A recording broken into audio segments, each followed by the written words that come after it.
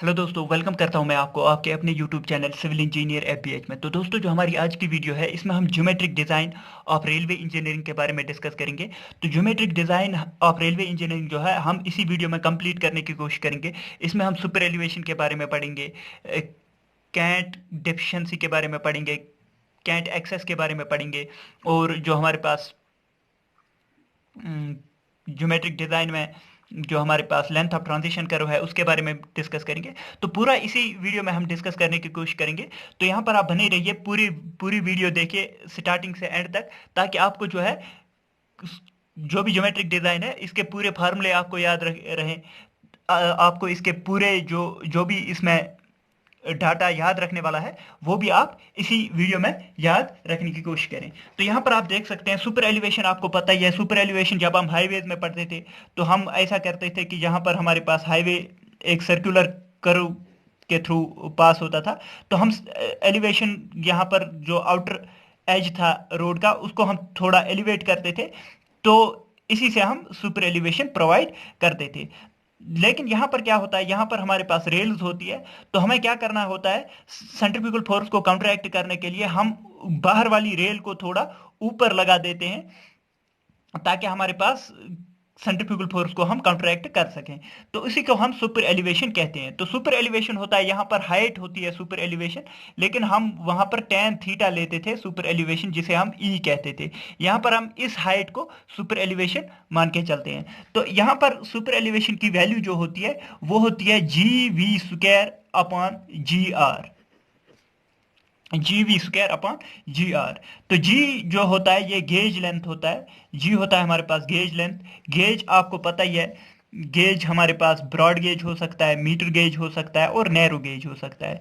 Broad gauge के लिए 1.676 metre होता है हमारे पास। मीटर गेज के लिए 1.00 मीटर होता है, मतलब कि 1 मीटर होता है। नैरो गेज के लिए 0.762 मीटर होता है। तो ये आपको पता ही है, गेज लेंथ आपको पता ही है। जी है acceleration due to gravity, r is the radius of the curve and V², V is the velocity.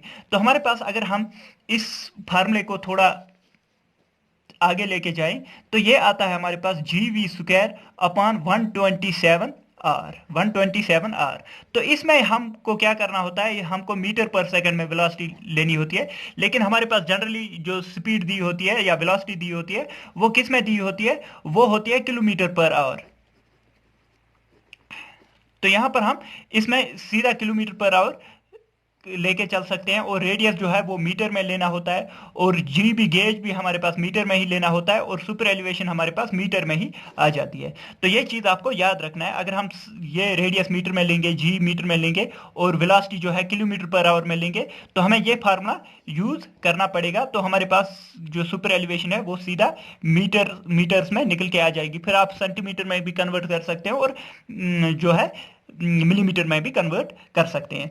तो ये है हमारे पास फार्मूला जो आपको याद रखना है। अब कुछ डाटा है इसमें, यहां पर आप देख सकते हैं। हम जो है बाहर वाली जो हमारे पास रेल है इसको हम ऊपर थोड़ा लेके चलते हैं। तो यहां पर ये जो ई दिखा रहा है, ये हाइट जो दिखा रही है विद रेस्पेक्ट टू इनर, इसी को हम क्या कहते हैं, सुपर एलिवेशन कहते हैं। तो यहां पर आप देख सकते हैं ये जो वैल्यूज है ये बहुत बार जेई के कोई भी एग्जाम होगा आपके पास, ये वैल्यूज पूछी जाती है। तो हमारे पास maximum permissible value of super elevation, कितना हम सुपर एलिवेशन दे सकते हैं, मतलब कि यहां पर इस बाहर वाली जो रेल है इसको कितना हम एलिवेट कर सकते हैं। तो ब्रॉड गाज के लिए 165 mm जो है एलिवेट कर सकते हैं, मीटर गाज के लिए 100 mm एलिवेट कर सकते हैं, और नैरो गैज गैज के लिए जो है वो 76 mm एलिवेट कर सकते हैं, अगर हमारे पास स्पीड जो है वो less than 120 kilometre per hour होती है। लेकिन अगर हमारे पास स्पीड जो है 120 किलोमीटर पर आवर से ज्यादा होती है तो हम जो है ब्रॉड गेज के लिए 185 मिलीमीटर जो है सुपर एलिवेशन प्रोवाइड कर सकते हैं। तो यहां पर इन दोनों की वैल्यूज नहीं दी है, क्योंकि मीटर गेज और नैरो गेज जो होता है इसमें हम 120 किलोमीटर पर आवर से ज्यादा स्पीड नहीं लेते हैं, इसीलिए यहां पर इन दो की वैल्यूज नहीं दी है। तो ये वैल्यूज जो है ना, ये वाली वैल्यूज बहुत ही इंपॉर्टेंट वैल्यूज है, बहुत बार एग्जाम्स में पूछी गई है। 165, 100 और 76 आप ऐसे याद रख लेना। तो ये वैल्यूज आपको याद रखनी है सुपर एलिवेशन के हिसाब से। अब आ जाते हैं नेक्स्ट है हमारे पास डिग्री आप करो, डिग्री आप करो। तो हमारे पास डिग्री आप करो निकालने का तरीका आपको पता ही होगा। डिग्री आप करो हम कैसे निकालते हैं? फॉर एग्जांपल ये हमारे पास एक करो है, तो यहाँ पर हमारे पास अगर हमें यहाँ पर डिग्री निकालनी है तो हम क्या लेते हैं, या तो हम ये करो जो है, या तो हम मीटर 30 मीटर चैन से मेजर करते हैं, या फिर हम कितने मीटर वाली चैन से मेजर करते हैं, 20 मीटर वाली चैन से मेजर करते हैं। तो आपको पता ही है कि अगर डी डिग्री के लिए हमारे पास 30 मीटर बन रही है, वही हमारे पास 360 डिग्री के लिए हमारे पास क्या बनेगी, 2πr एंगल बनेगी। तो यहां से हमारे पास डी निकल के आता है। तो ये डी जब हमारे पास यहां से कैलकुलेट करेंगे तो ये आ जाता है हमारे पास 1720 डिवाइड बाय आर। तो हमारे पास 30 मीटर चैन के लिए आपको याद रखना है 1720 डिवाइड बाय आर। और अगर हम 20 मीटर चैन से जो है मेजर करेंगे करो, तो ये होता है डिग्री आप करो हमारे पास कितना आ जाता है 1150 डिवाइड बाय आर। तो हम 1720 अपॉन आर आ जाता है 30 मीटर चैन के लिए। और अगर हम यहाँ पर 20 मीटर वाला चैन लेंगे, यहाँ पर 20 मीटर वाला चैन लेंगे, तो हमारे पास डिग्री आप करो जो है वो आ जाती है 1150 डिवाइड बाय आर। तो ये वैल्यूज आपको याद रखनी है। डिग्री आप करो जो है 1720 डिवाइड बाय आर होती है, और 20 मीटर चैन के लिए 1150 डिवाइड बाय आर होती है। तो अब देखते हैं यहाँ पर जो हमें जो है वैल्यूज जो याद रखनी है हमारे पास वैल्यूज, तो वो क्या होती है। एज पर इंडियन रेलवेज हम यहाँ पर गेज दिखाया है, मैक्सिमम डिग्री आप करो कितना हम ले सकते हो, और मिनिमम रेडियस हमारे पास क्या आ जाता है।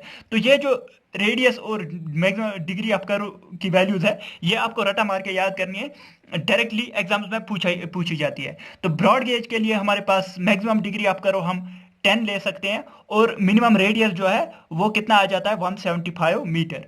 और मीटर गेज के लिए 16 डिग्री 109 मीटर, और नैरो गेज के लिए हमारे पास 40 डिग्री और 44 मीटर।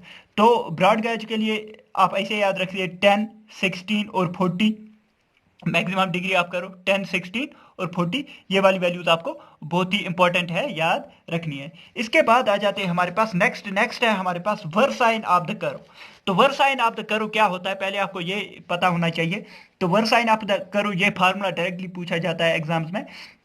तो ये वर्साइन ऑफ कर्व क्या होती है, अगर हमारे पास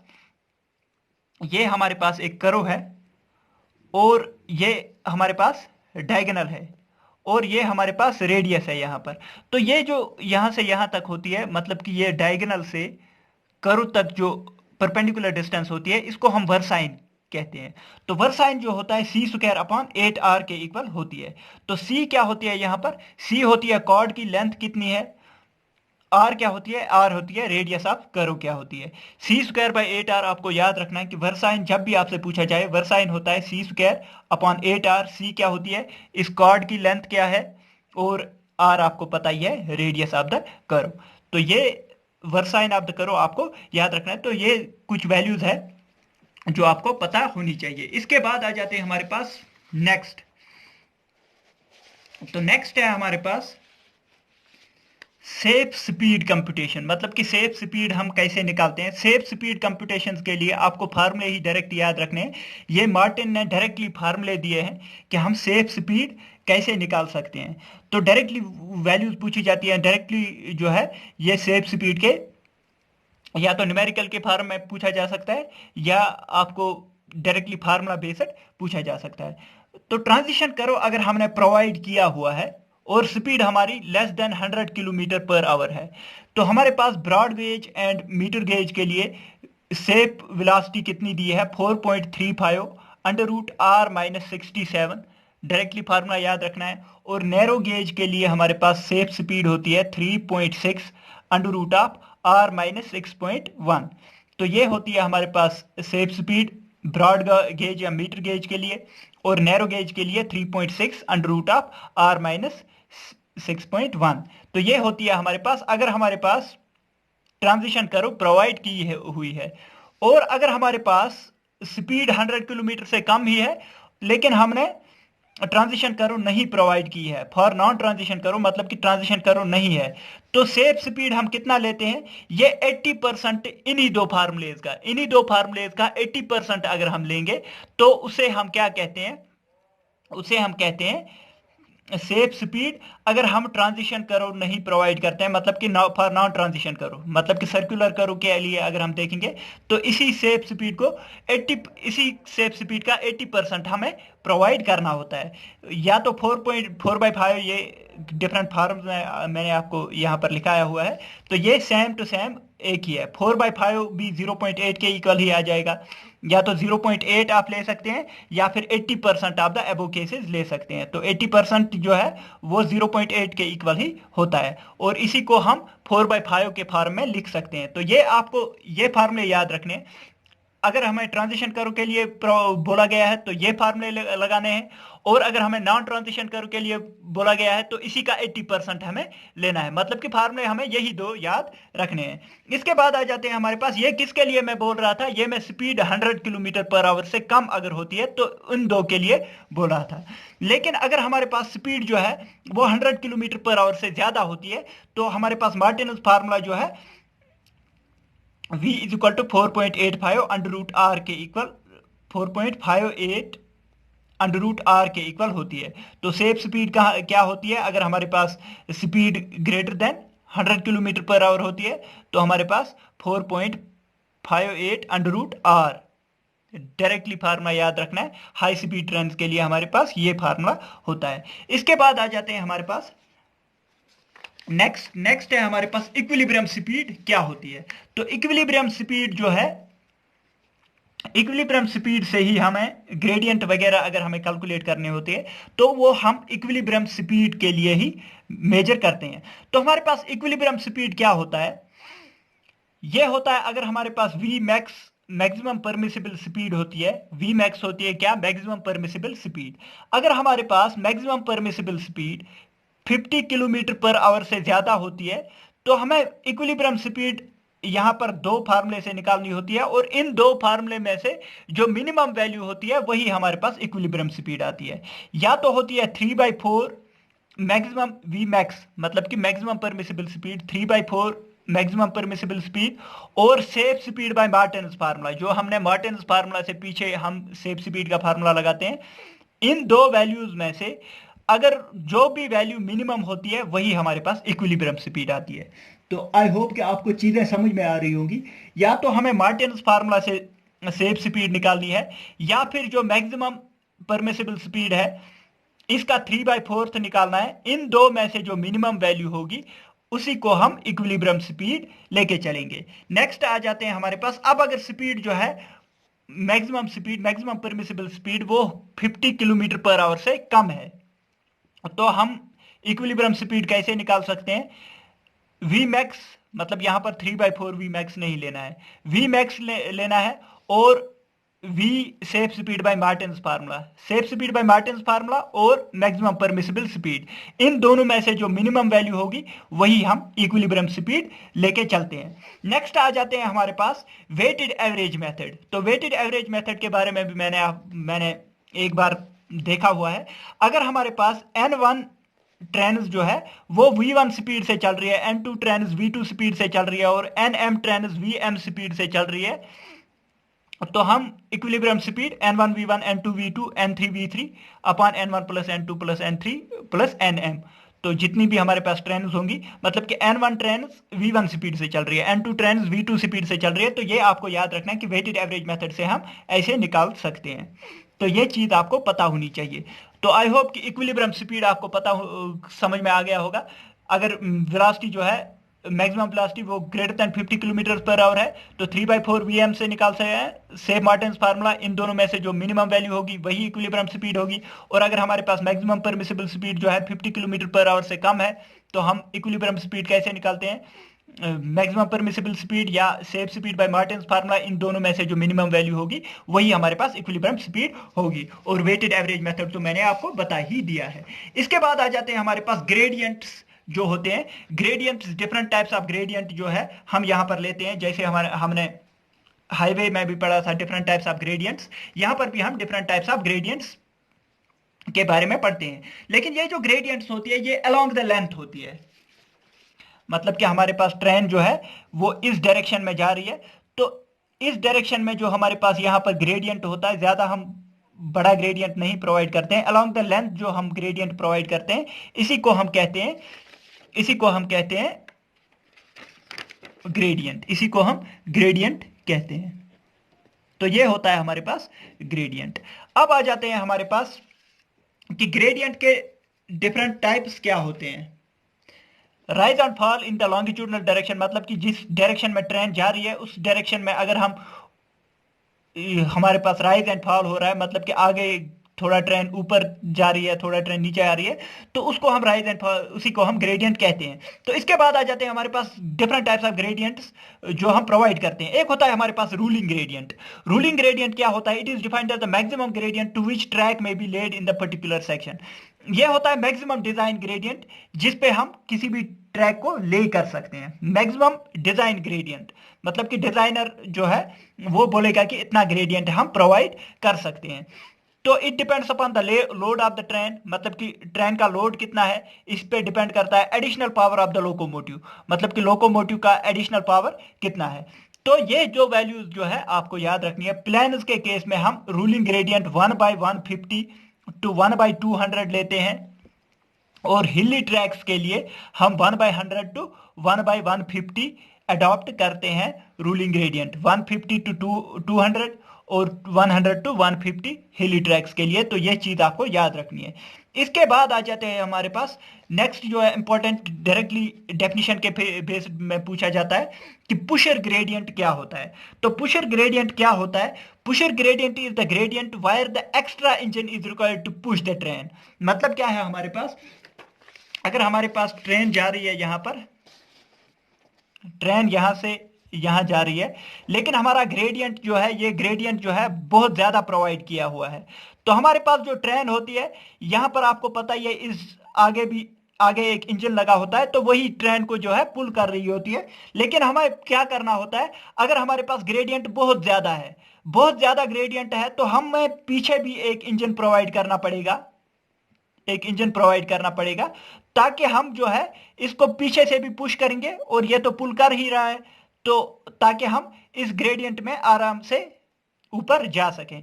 तो अगर हमारे पास ग्रेडियंट बहुत ज्यादा है तो हमारी जो ट्रेन है, ट्रेन में जो है यहां पर आपको पता ही है इंजन प्रोवाइड किया जाता है, और हमें पीछे भी फिर इंजन प्रोवाइड करना पड़ेगा ताकि ये भी इसको पुश करे आगे, और ये भी इसको पुश करे, ताकि हमारे पास इस स्टीप ग्रेडियंट पे हम जो है आगे जा सके। तो पुशर ग्रेडियंट आपको समझ में आ गया होगा कि जहां पर एक्स्ट्रा इंजन हमें प्रोवाइड करना पड़ेगा, आगे भी इंजन तो पीछे भी इंजन प्रोवाइड करना पड़ेगा, ताकि हम स्टीप ग्रेडियंट में जा सकें। It is steeper than the ruling gradient. ये रूलिंग ग्रेडियंट से जो है ज्यादा स्टीप होता है। It is provided to avoid the excessive cutting, मतलब कि अगर हमें जो है किसी पहाड़ी को ज्यादा कट करना पड़ेगा तो उसको हम कट न करें, इसीलिए हम जो है पुशर ग्रेडियंट प्रोवाइड करते हैं। पुशर ग्रेडियंट प्रोवाइड करते हैं तो हम एक्स्ट्रा इंजन डाल देंगे, तो हम ताकि हमें ज्यादा कटिंग जो है पहाड़ी में न करना पड़े। तो नेक्स्ट आ जाते हैं हम मोमेंटम ग्रेडियंट। मोमेंटम ग्रेडियंट क्या होता है? मोमेंटम ग्रेडियंट भी मैं आपको समझाने की कोशिश करूंगा। फॉर एग्जांपल हमारे पास जो ट्रैक है पहले ऐसे जा रहा है, यहां पर ऐसे नीचे आ रहा है, और यहां पर फिर से ऊपर जा रहा है। तो ट्रैक जो है यहां पर ट्रेन जो है यहां से आ जाएगी, तो यहां पर इसको मोमेंट, जब ये नीचे आ जाएगी इसको मोमेंटम लग जाएगा, मतलब कि ये एनर्जी गेन कर लेगी, तो इसका इतना मोमेंटम आ जाएगा कि यहां पर इस ये अगर स्टीप ग्रेडियंट भी होगा तो इसको आराम से जो है चढ़ सकती है। वरना तो अगर हम डायरेक्टली यहां से प्रोवाइड करेंगे फिर इतना ज्यादा ग्रेडियंट प्रोवाइड करेंगे तो नॉर्मली ये इस पे चढ़ नहीं सकती है। लेकिन अगर हम यहां पर जो है डाउन ग्रेडियंट है और यहां पर अप ग्रेडियंट है, अगर डाउन ग्रेडियंट के बाद डायरेक्टली अप ग्रेडियंट आ रहा है तो यहां पर जो ये मोमेंट गेन करेगी, इस मोमेंटम की वजह से ये इस स्टीप ग्रेडियंट को भी चढ़ सकती है। तो इसी को हम कहते हैं मोमेंटम ग्रेडियंट। क्या कहते हैं? Momentum gradient. तो आई होप कि आपको चीजें समझ में आ रही होंगी। It is the falling gradient followed by the rising gradient. इसमें क्या होता है, एक तो फॉलिंग ग्रेडियंट होता है, उसके बाद राइजिंग ग्रेडियंट होता है, along which the train climbs easily due to the momentum gained over the falling gradient। तो falling gradient में जो है मोमेंटम गेन करती है ट्रेन, और उसी मोमेंटम गेन करने से ही आगे जो है अप ग्रेडियंट में भी चली जाती है। In such gradients no signal is provided to stop the train. तो यहां पर सिग्नल जो है स्टॉपिंग के लिए सिग्नल हम नहीं प्रोवाइड करते हैं, क्योंकि अगर हमने यहां पर सिग्नल स्टॉप सिग्नल प्रोवाइड किया तो ट्रेन यहां पर आ जाएगी और यहां पर स्टॉप हो जाएगी, तो यहां पर फिर वो चढ़ ही नहीं सकती है। इसीलिए यहां पर जो है ऐसा भी पूछा जा सकता है आपसे क्वेश्चन कि हम कहां पर स्टॉप सिग्नल नहीं प्रोवाइड करते हैं, तो आपको याद रखना है कि मोमेंटम ग्रेडियंट पे हम जो है स्टॉप सिग्नल नहीं प्रोवाइड करते हैं। तो आई होप की चीजें आपको समझ में आ रही होंगी। इसके बाद आ जाते हैं हमारे पास, इसके बाद जो है हमारे पास आता है स्टेशन यार्ड ग्रेडियंट। तो स्टेशन यार्ड ग्रेडियंट जो है ये ड्रेनेज पर्पस के लिए हम प्रोवाइड करते हैं, मतलब कि स्टेशन यार्ड में जो रेन वाटर होता है वो इजिली ड्रेन हो सके, तो उसी को हम स्टेशन यार्ड ग्रेडियंट कहते हैं। तो इसकी मैक्सिमम लिमिट जो होती है 1/400 होती है और मिनिमम लिमिट जो होती है 1/1000 होती है। तो ये वैल्यूज आपको याद रखनी है कि स्टेशन यार्ड ग्रेडियंट जो है 1/400 होती है और 1/1000 होती है मिनिमम लिमिट। इसके बाद आ जाते हैं हमारे पास ग्रेड कंपनसेशन। तो ग्रेड कंपनसेशन बहुत ही इंपॉर्टेंट टॉपिक है, हमने हाईवे में भी पढ़ा है ग्रेड कंपनसेशन और यहां पर भी हम ग्रेड कंपनसेशन पढ़ रहे हैं। तो ग्रेड कंपनसेशन पहले आपको पता ही होना चाहिए कि ग्रेड कंपनसेशन अगर हमारे पास जो है ग्रेडियंट भी ठीक ठाक ग्रेडियंट है, लेकिन इसी ग्रेडियंट के साथ हमारे पास कर्व भी आ रहा है, मतलब कि यहां से ग्रेडियंट भी है और कर्व भी सेम टू सेम आ रहा है, मतलब इसी ग्रेडियंट, ये देखिए आप यहां पर देख सकते हैं ये कितना ग्रेडियंट है, बहुत ही ज्यादा ग्रेडियंट है और ग्रेडियंट के साथ ही हमारा कर्व भी आ रहा है। तो यहां पर ग्रेडियंट की वजह से हमारे पास जो है रेजिस्टेंस तो मिल ही रही थी, लेकिन कर्व की वजह से एक्स्ट्रा रेजिस्टेंस मिलेगी हमें इस ट्रेन को। तो हमें क्या करना पड़ता है, हमें अगर यहां पर कर्व प्रोवाइड करना है तो हम इसी जगह पे थोड़ा ग्रेडियंट को कम कर देते हैं, मतलब कि अब हम यहां से लेके जाएंगे, मतलब कि ग्रेडियंट की जो रेजिस्टेंस है उसको हम कम करेंगे। तो हम ऐसे लेके जाएंगे ट्रेन को, थोड़ा ग्रेडियंट को कम करेंगे। ये जो ग्रेड को हमने कम किया ताकि हमें रेजिस्टेंस कम मिले, तो ये ग्रेड को हमने जो कम किया इसी को ही हम कहते हैं ग्रेड कंपनसेशन। मतलब कि ग्रेड को कम करना, अगर हमारे पास एक ही जगह ग्रेडियंट भी बहुत ज्यादा है और कर्व भी उसी ग्रेडियंट पे ही आ रही है, तो रेजिस्टेंस बहुत ज्यादा लगेगी, हमारी ट्रेन जो है ऊपर नहीं जा पाएगी। तो इसीलिए हम ग्रेड को ही थोड़ा कम करते हैं, वहां पर हम थोड़ा ग्रेड कम प्रोवाइड करते हैं ताकि हमारी ट्रेन जो है आराम से ग्रेड के साथ भी चली जाए और हमारे पास कर्व को भी जो है कर्व से भी आगे चली जाए। तो इसी को हम कहते हैं ग्रेड कंपनसेशन, मतलब कि ग्रेड को कम करना जहां पर हमारे पास कर्व भी और ग्रेड भी एक साथ आ रही है, तो हम ग्रेड को कम कर देते हैं, उसी को हम कहते हैं ग्रेड कंपनसेशन। तो ग्रेड कंपनसेशन आई होप के समझ में आ रही होगी। Due to the curvature on the gradient on the curve are to be reduced to reduce the resistance of the motion of the train. मतलब कि जहां पर कर्वेचर भी आ रहा है और ग्रेड भी आ रहा है, तो हम ग्रेड को रिड्यूस करते हैं, ग्रेड को ही थोड़ा कम करते हैं ताकि resistance of the motion of the train जो है वो कम हो जाए, मतलब कि जो हमारे पास रेजिस्टेंस आ रही है वो कम हो जाए। तो ग्रेड कंपनसेशन आपको समझ में आ रहा होगा, ये आपने हाईवे में भी पढ़ा होगा, आई होप कि आपको समझ में आ रही होगी चीजें। इसके बाद आ जाते हैं कि हम ग्रेड कंपनसेशन के लिए जो है इंडियन रेलवेज ने वैल्यू क्या रखी हुई है। तो ग्रेड कंपनसेशन क्या होता है, ब्रॉड गेज के लिए 0.4% पर डिग्री हमें प्रोवाइड करना होता है, 0.03% पर डिग्री हम मीटर गेज के लिए लेते हैं और नैरो गेज के लिए 0.02% पर डिग्री हम लेते हैं। तो ये हमारे पास जो है ब्रॉड गेज, मीटर गेज और नैरो गेज के लिए वैल्यू याद रखनी है, 0.04%, 0.03% और 0.02%। तो ये वैल्यूज आपको याद रखनी है, 432 ऐसे आप याद रख सकते हैं, broad, metre gauge, narrow gauge 432, 0.04%, 0.03% और 0.02%। तो हमारे पास इन्हीं वैल्यूज, यही वैल्यू हमारे पास, अगर हम पर डिग्री के लिए हमें पता है तो हम 0.04 को हम पर डिग्री, आपको पता ही है 1720/r के इक्वल होती है। तो अगर हम इसको मल्टीप्लाई कर देते हैं तो हमारे पास आता है 70/r।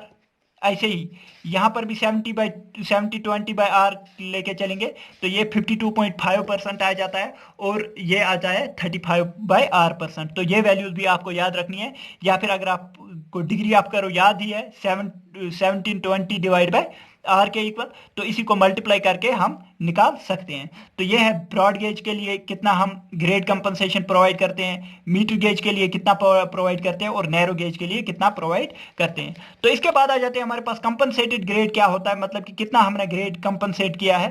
तो वो होता है ruling gradient minus compensated grade. Ruling gradient minus compensated grade हमारे पास क्या आ जाता है, कंपनसेटेड ग्रेडियंट, सॉरी ये ग्रेड कंपनसेशन है यहाँ पर। तो आई होप कि ग्रेड कंपनसेशन आपको समझ में आ गया होगा। इसके बाद आ जाते हैं हमारे पास, इसके बाद बहुत ही इंपॉर्टेंट दो टॉपिक्स है, एक होता है कैंट डेफिशिएंसी और एक होता है हमारे पास कैंट एक्सेस। कैंट डेफिशिएंसी और कैंट एक्सेस क्या होती है हमारे पास, ये बहुत ही इंपॉर्टेंट टॉपिक दो है, अब हम यही डिस्कस करने वाले हैं। It is the difference between the equilibrium can't necessary for the maximum permissible speed on the curve and the actual can't provided. तो ये क्या होता है हमारे पास, मैक्सिमम परमिसिबल स्पीड के लिए हम कितना कांट प्रोवाइड करेंगे, कांट मतलब कि gradient, and the actual can't provided, ये होती है हमारे पास कांट डेफिशिएंसी।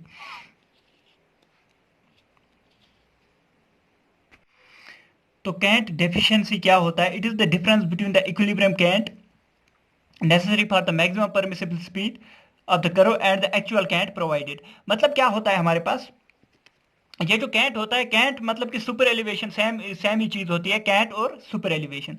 तो हमें क्या करना होता है, अगर हमारे पास एक्चुअल स्पीड जो है वो इक्विलिब्रियम स्पीड से ज्यादा है, मैंने आपको अभी बताया कि ये जो कैंट की वैल्यूज है, सुपर एलिवेशन की वैल्यूज है, ये हम कहां से निकालते हैं, ये हम निकालते हैं इक्विलिब्रियम स्पीड से।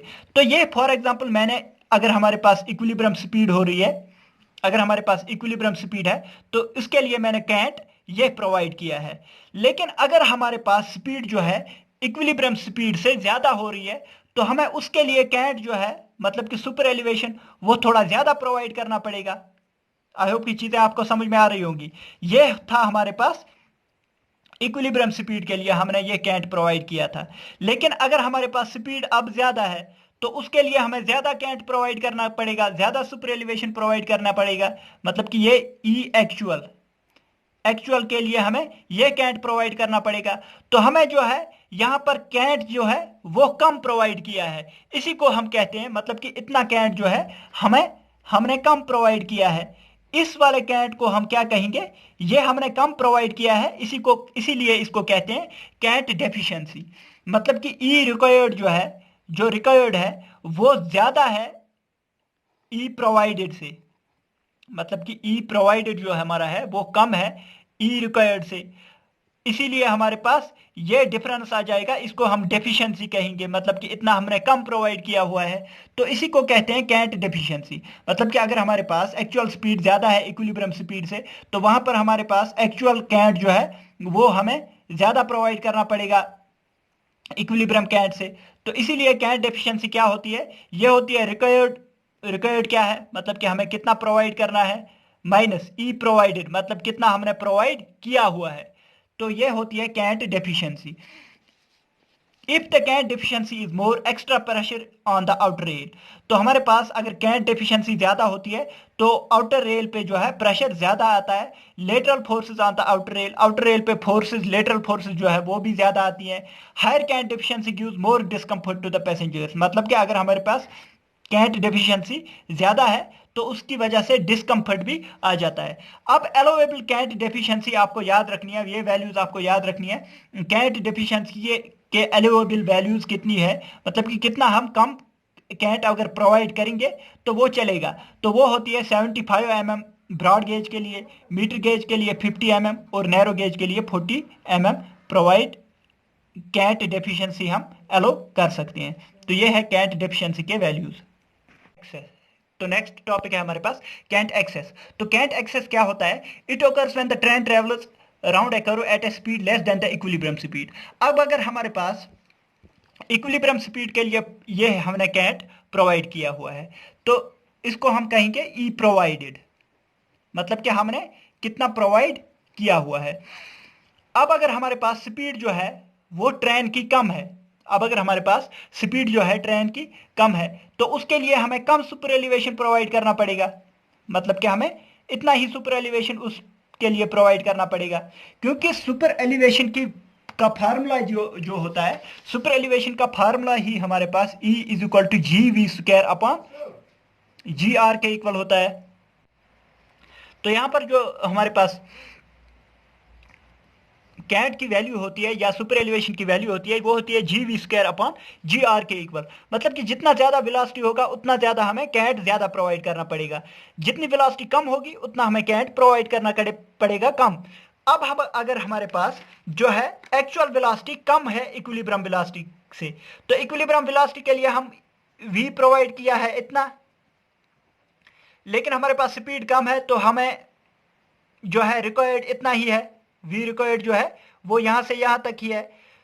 तो अब अगर हमें कैट एक्सेस देखना है कि ये जो है ये हमने ज्यादा प्रोवाइड किया हुआ है, ये हमने ज्यादा प्रोवाइड किया, इसीलिए हम इसको एक्सेस कहेंगे, एक्सेस कहेंगे। तो कैट एक्सेस हमारे पास होता है ई प्रोवाइडेड माइनस ई रिक्वायर्ड, मतलब कि ये जो प्रोवाइड हमने किया है माइनस करेंगे ई रिक्वायर्ड, तो हमारे पास कैट एक्सेस आ जाएगा कि कैट एक्सेस कितना होता है। तो अब हमारे पास जो है वैल्यूज कितनी होती है, maximum permissible cant excess value जो है वो ब्रॉड गेज के लिए हम 75 mm तक जो है कैट एक्सेस एलो कर सकते हैं, और मीटर गेज के लिए हम 65 mm तक कैट एलो जो है एक्सेस कर सकते हैं।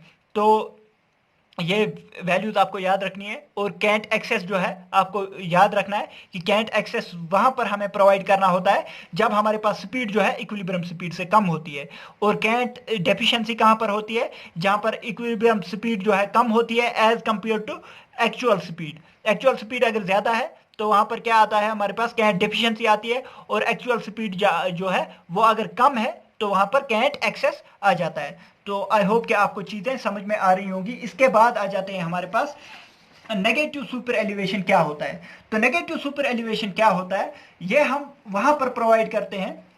नेगेटिव सुपर एलिवेशन आप यहां पर देख सकते हैं, हमारे पास फॉर एग्जांपल ये हमारे पास मैन ट्रैक है, ये हमारे पास मैन ट्रैक है।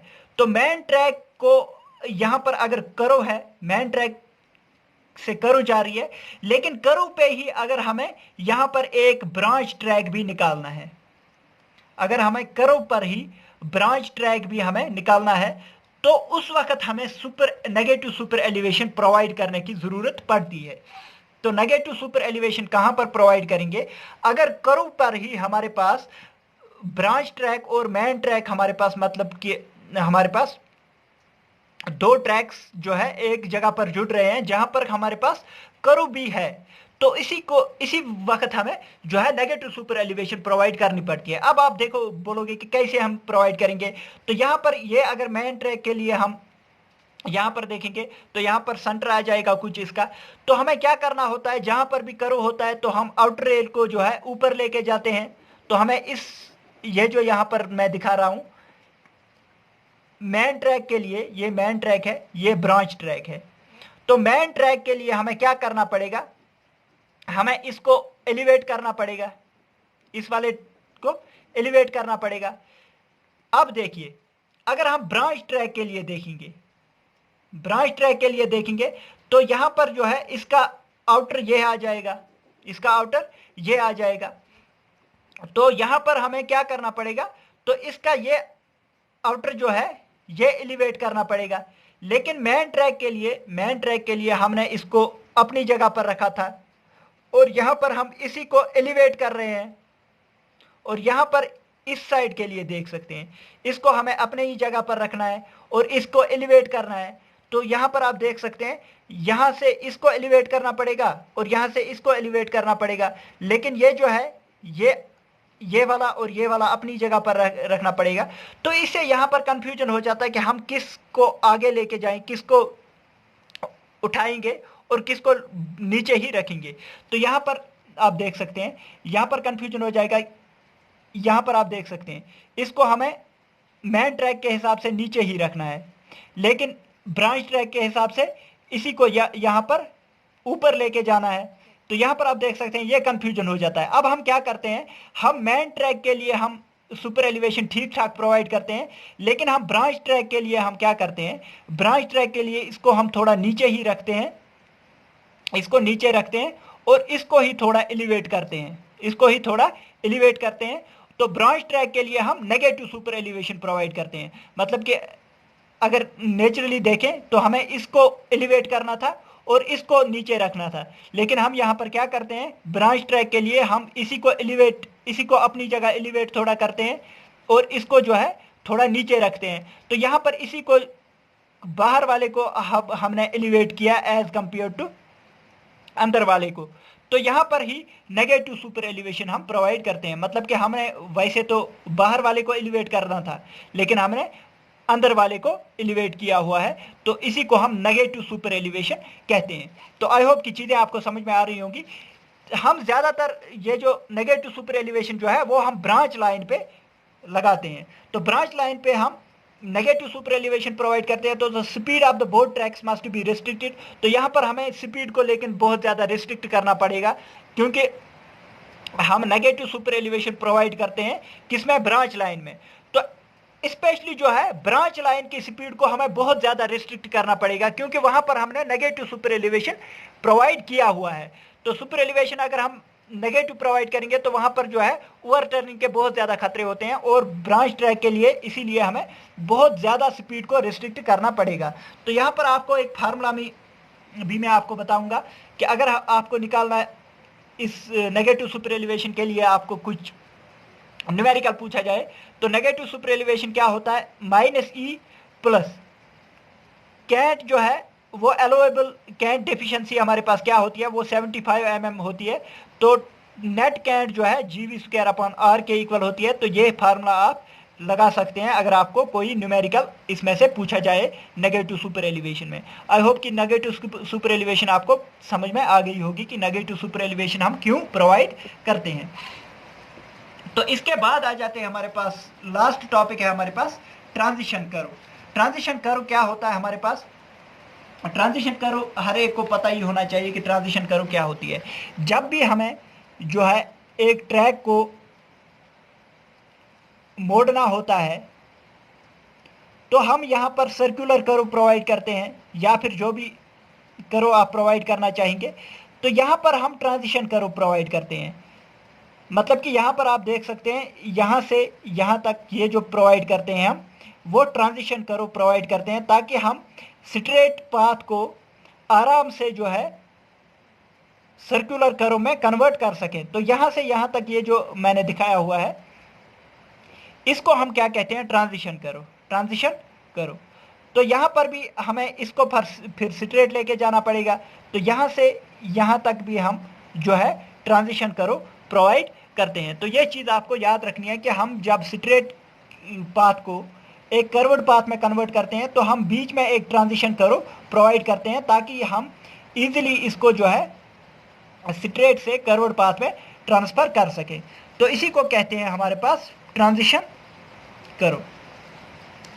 तो अब देखते हैं हमारे पास ट्रांजिशन कर्व जो है क्यूबिक पैराबोला इंडियन रेलवेज ने प्रेफर किया हुआ है। तो ये चीज़ आपको याद रखना है डायरेक्टली कि क्यूबिक पैराबोला जो है इंडियन रेलवेज प्रेफर करती है एज ट्रांजिशन कर्व। तो यहाँ पर आप देख सकते हैं जब भी हम ट्रांजिशन कर्व दिखाते हैं तो ये होता है हमारे पास क्यूबिक पैराबोला, और ये होता है हमारे पास स्पाइरल पैराबोला। स्पाइरल पैराबोला जो है वो हम किसके लिए प्रोवाइड करते हैं, वो हम हाईवेज के लिए प्रोवाइड कर, और क्यूबिक पैराबोला जो है आपको याद रखना है इंडियन रेलवेज प्रोवाइड करती हैं रेलवेज के लिए। अब क्यूबिक पैराबोला के लिए हम फार्मूला जो लिखते हैं वो होता है x³/6RL। x³/6RL। यहाँ पर आप देख सकते हैं ये x डायरेक्शन में जा रहे हैं, x³/6RL।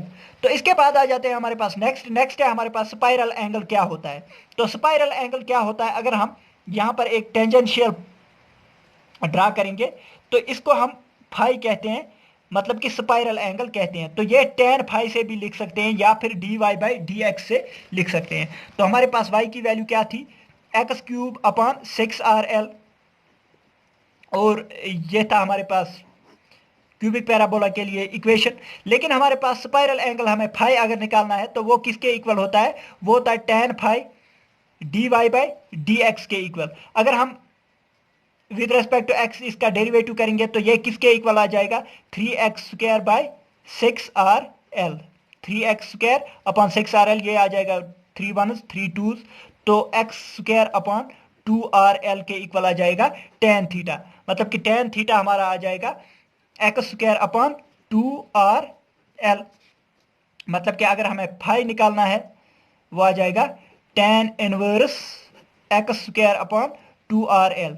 तो ये डायरेक्टली आपसे फार्मूला पूछा जाता है कि स्पाइरल एंगल किसके इक्वल होता है। स्पाइरल एंगल होता है x² / 2RL।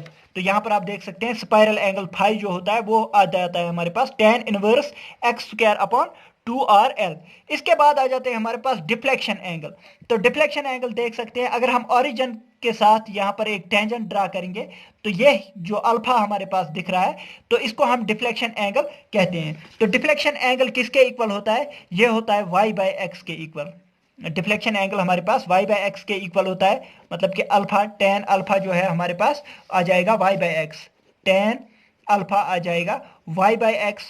तो y आपको पता ही है x³ / 6RL divide by x। तो यहां पर एक एक के साथ आ जाएगा, ये आ जाएगा x² / 6RL। तो ये आ जाएगा हमारे पास डिफ्लेक्शन एंगल जो है वो x² / 6RL के इक्वल होता है। तो अल्फा अगर हम निकालेंगे, यहां से अगर हम अल्फा निकालेंगे तो वो आ जाएगा tan इनवर्स x² / 6RL। तो ये होता है हमारे पास डिफ्लेक्शन एंगल। और नेक्स्ट एक फार्मूला है यहां पर शिफ्ट, मतलब कि अगर हम देखेंगे तो ये शिफ्ट कितना होता है, यहां पर आप देख सकते हैं ये शिफ्ट है, मतलब कि एक्चुअल कर्व से हमारे पास ये जो कर्व जो है वो कितना शिफ्ट हो रहा है, तो वो होता है L² / 24R। डायरेक्टली पूछा जाता है क्वेश्चंस में कि शिफ्ट कितना होता है, L² / 24R के इक्वल होता है। इसके बाद आ जाते हैं लेंथ ऑफ ट्रांजिशन कर्व, बहुत ही important topic length of transition curve. ये लास्ट टॉपिक है हमारा लेंथ ऑफ ट्रांजिशन कर्व। तो एक होता है हमारे पास, हम देखते हैं rate of change of super elevation. Rate of change of super elevation अगर हम प्रोवाइड करते हैं 36 mm/s, तो ये आपको वैल्यू याद रखनी है 36 mm/s हम rate of change of super elevation provide करते हैं। तो लेंथ ऑफ ट्रांजिशन करो हमारे पास मीटर्स में, अगर हमें लेंथ ऑफ ट्रांजिशन करो निकालनी है तो इसके लिए फार्मूले हैं 0.72। मैक्सिमम वैल्यू इन तीनों में से मैक्सिमम वैल्यू को हमें अलो करना होता है, तो वही हमें लेंथ ऑफ ट्रांजिशन करो प्रोवाइड करनी होती है। तो maximum of 0.72 E 0.0073 E V max या फिर 0.0073 डी वी मैक्स। ई क्या होता है हमारे पास, ये कैंट हम मिलीमीटर में लेते हैं, मतलब कि सुपर एलिवेशन इन मिलीमीटर्स।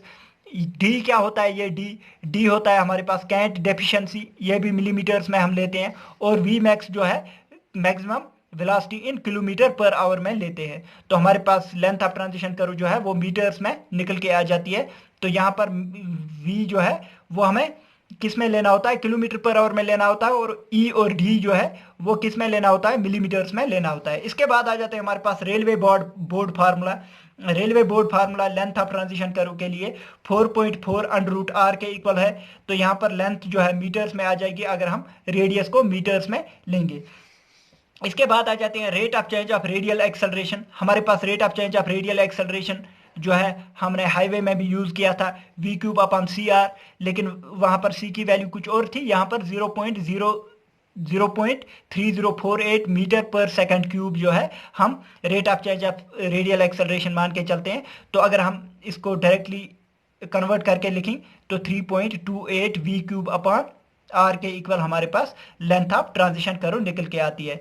तो ये जो फार्मूले सारे मैंने आपको बता दिए कि लेंथ ऑफ ट्रांजिशन कर्व कैसे हम निकालते हैं, इन सारे वैल्यूज में से जो मैक्सिमम वैल्यू आ जाती है हमारे पास, maximum of the all above फार्मूले is taken as the length of transition curve. तो इन तीनों ये जो हमने सारे फार्मूले पढ़े, चाहे हमने rate of change of radial acceleration वाला फार्मूला पढ़ा, चाहे हमने रेलवे बोर्ड वाला फार्मूला पढ़ा, चाहे आप the length of transition curve जो है rate of change of super elevation के हिसाब से ये जो वैल्यूज पढ़े, इन तीनों में से जो मैक्सिमम वैल्यू होगी वही हमें प्रोवाइड करनी होती है as length of transition curve.